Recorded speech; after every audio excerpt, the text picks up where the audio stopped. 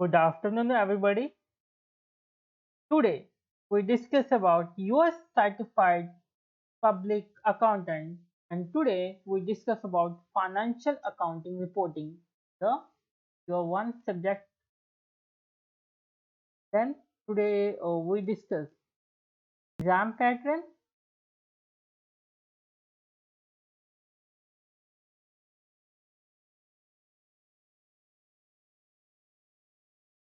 So these are the various changes in new pronouncement. आपको portal पे भी मिल जाएगा, नासबा की वेबसाइट पे मिल जाएगा, right? As law regulation accounting standard change, the AICPA must keep the CPA exam up to date.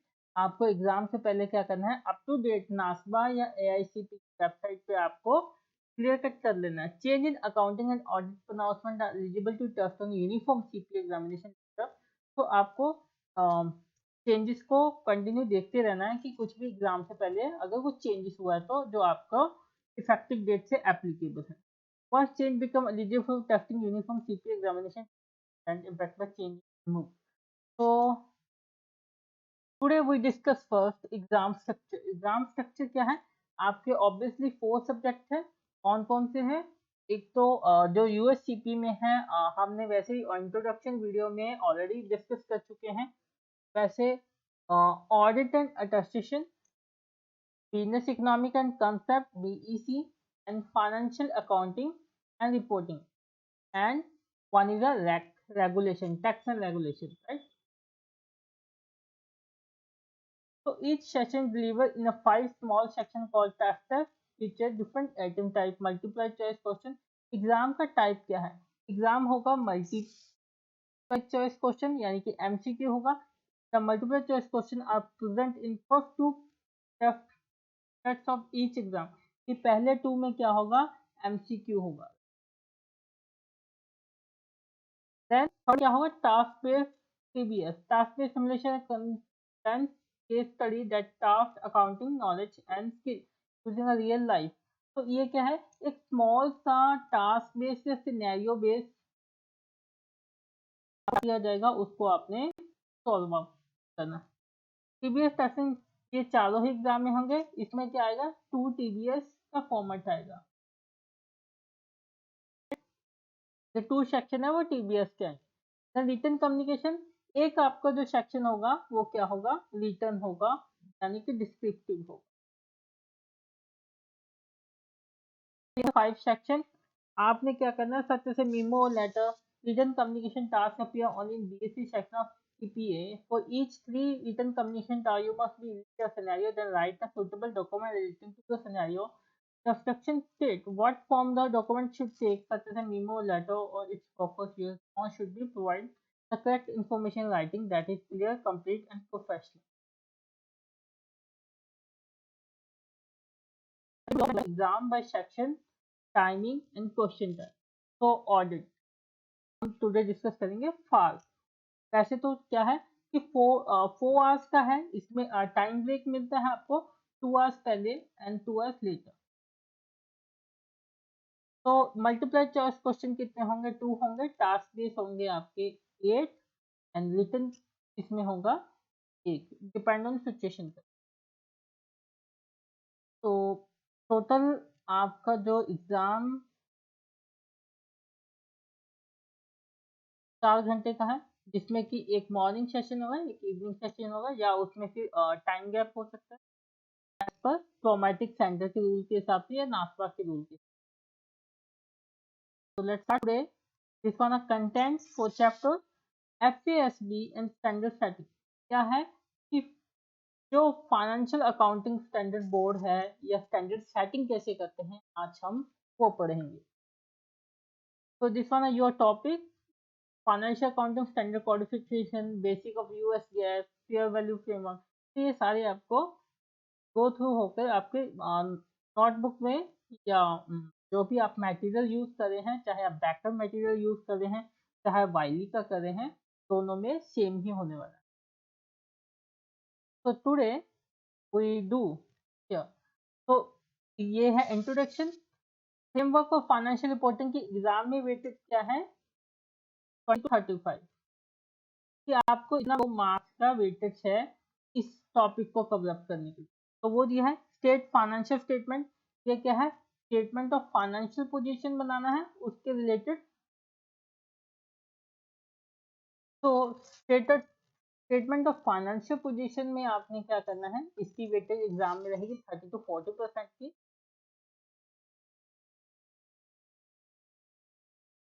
Then अगर कुछ case study आ गया, जैसे आईएफएस आ गया, आईएएस आ गया, जो कुछ अकाउंटिंग स्टैंडर्ड के रिलेटेड इशू हुए, या चेंज इन अकाउंटिंग पॉलिसी हो गई, या आईएफएस से रिलेटेड हो गया, तो इसको स्टैंडर्ड अप्लाई करने के लिए आपकी जो एग्जाम की वेटेज रहेगी 20 से 30%।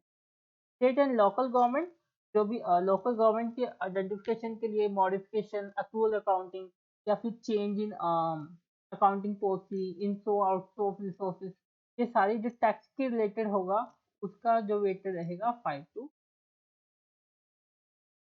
आपको एग्जाम का वेटेज सिलेबस वाइज पता लग गया हो, तो we will start here chapter 1, the two key standard setting body। दो ही बॉडी है जो कि स्टैंडर्ड बनाती है। एक तो है international accounting standard board, this is a IASB।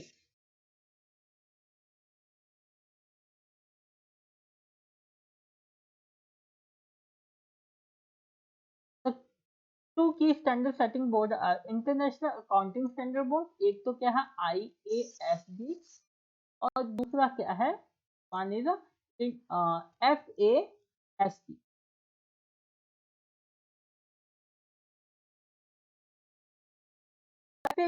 FASB established the general accepted accounting principle in United state. जो FASB क्या है, सिर्फ यूनाइटेड स्टेट के लिए वर्क करता है।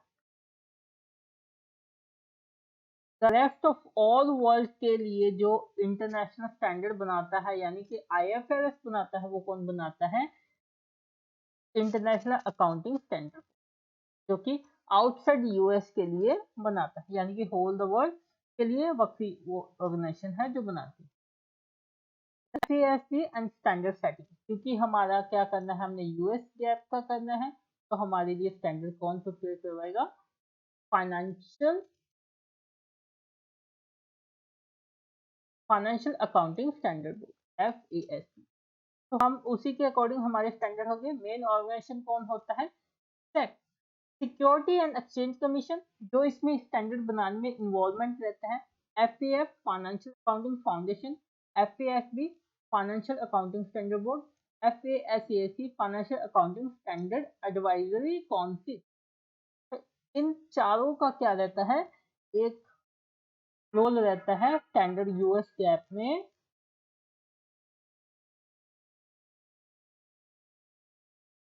स्टैंडर्ड को क्रिएट इम्प्लीमेंट करने में या बनाने में, इन चारों का रोल है। Financial accounting standard, standard setting board in United state. In United States, the Security Exchange and Commission Board has legal authority to establish U.S. General Accepted Accounting Principles (GAAP).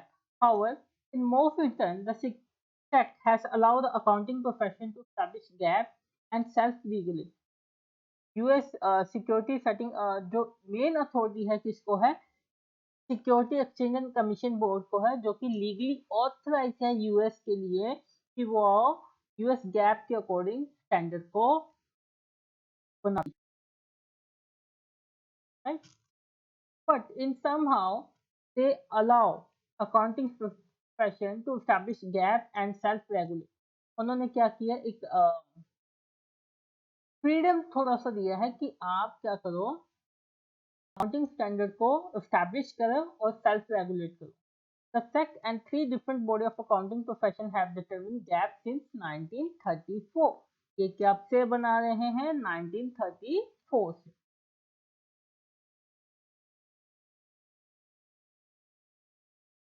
Then Security and Exchange Commission Board होता क्या? The security was established by the Security Exchange Act of 1934। इसको जब establish कब किया गया था? 1934। All companies that issue security in the United States are subject to SEC rules। जितनी भी कंपनी है, चाहे जितनी भी PLC कंपनी है जो कि क्या करती है, शेयर या सिक्योरिटी इशू करती, उसके रूल फॉलो करने पड़ेंगे उनको। सबको रूल किसके फॉलो करने पड़ेंगे? Security and exchange commission board के रूल को फॉलो करना पड़ेगा। Even you can say the सारी स्टॉक एक्सचेंज को किसके रूल फॉलो करने पड़ेंगे? Security exchange and commission board को। The SEC has issued public company specific accounting rules and regulation, financial reporting releases, FR, accounting series। तो ये सारी इनको गाइडलाइंस प्रोवाइड कर।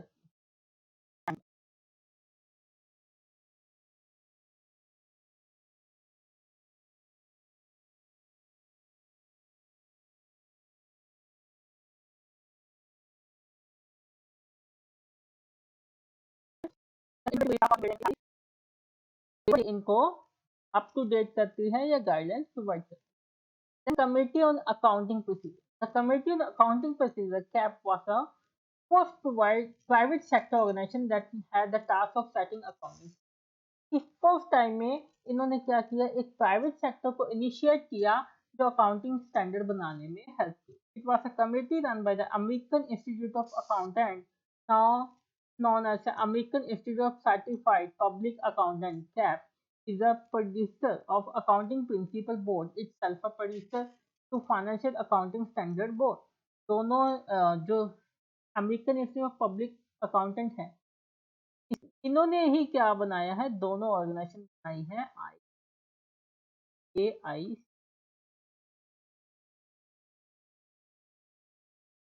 इन्होंने पहले क्या है, इन्होंने दो बोर्ड बनाए, accounting principle and APP, new one F A S P, financial accounting. तो ये दोनों किसके लिए काम करते थे? American institute of certified public accountant के लिए काम करते थे, जो पहले इसका नाम क्या था, अमेरिकन इंस्टीट्यूट ऑफ अकाउंटेंट था, जो बाद में नाम चेंज हो गया। Its formation activity are the effort to rationalise the estimate report of business performance. Accounting Principle Board. Accounting Principle Body was authoritative body of American Institute of Certified Public Accountants from 1959 से लेकर 1973 तक उन्हें working. It was replaced in 1973 by Financial Accounting Standard Board।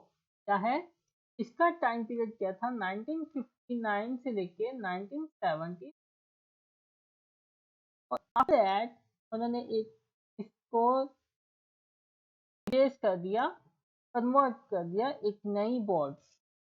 The accounting principle board APB was principle of financial accounting standard board which establishes general accounting principle gap. ये क्या है?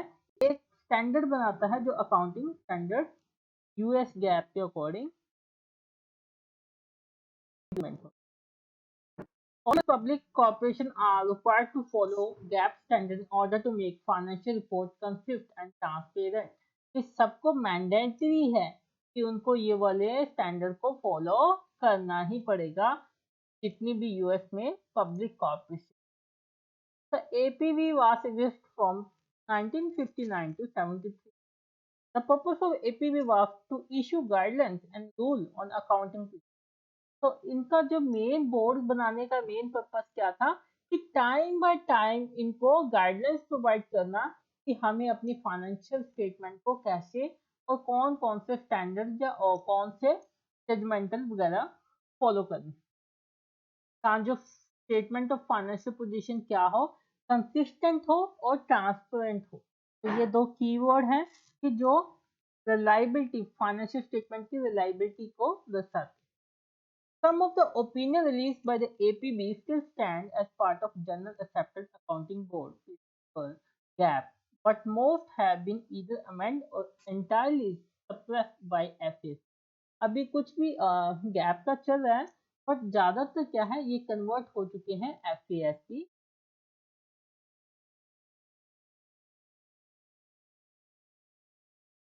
अब जो नया स्टैंडर्ड बना, नई बोर्ड की हमने स्थापना 1973 से।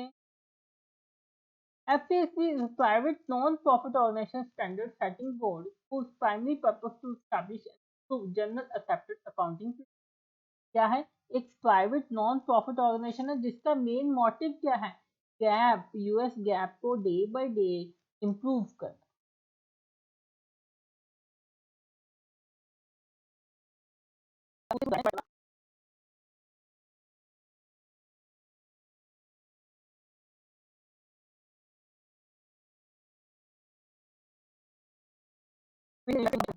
Designated the FASB as the organization responsible for setting accounting standard for public companies.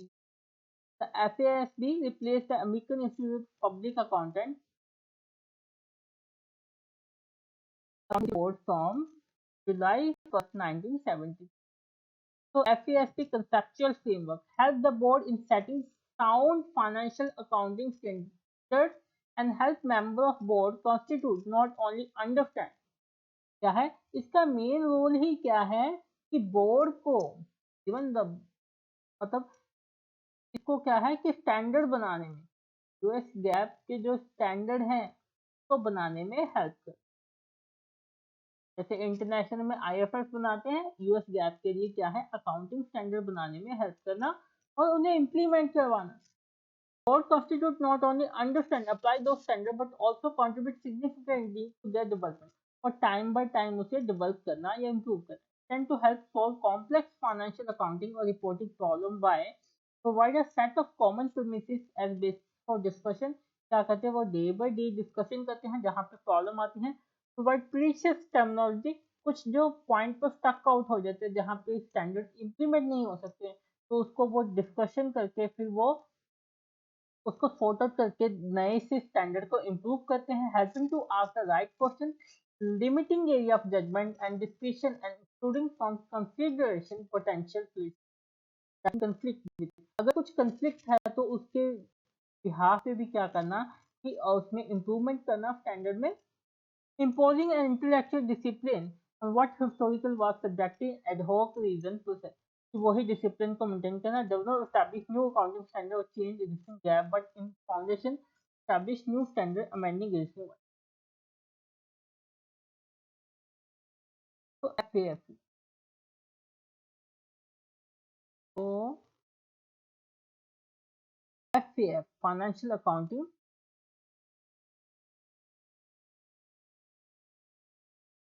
जो मेन बोर्ड है।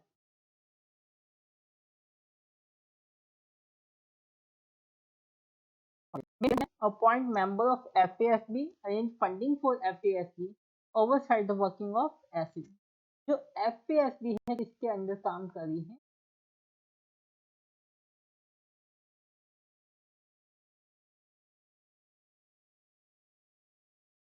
देन इसकी जो सब्सिडरी है FASB इंडिपेंडेंट बॉडी है, establish standard for business entity, accountable to FAB, वो ऑब्वियसली रिलायबल है but private sector body है। FASC provides advisory guidance, policy issue, project detailing and creation of task force। Task force है।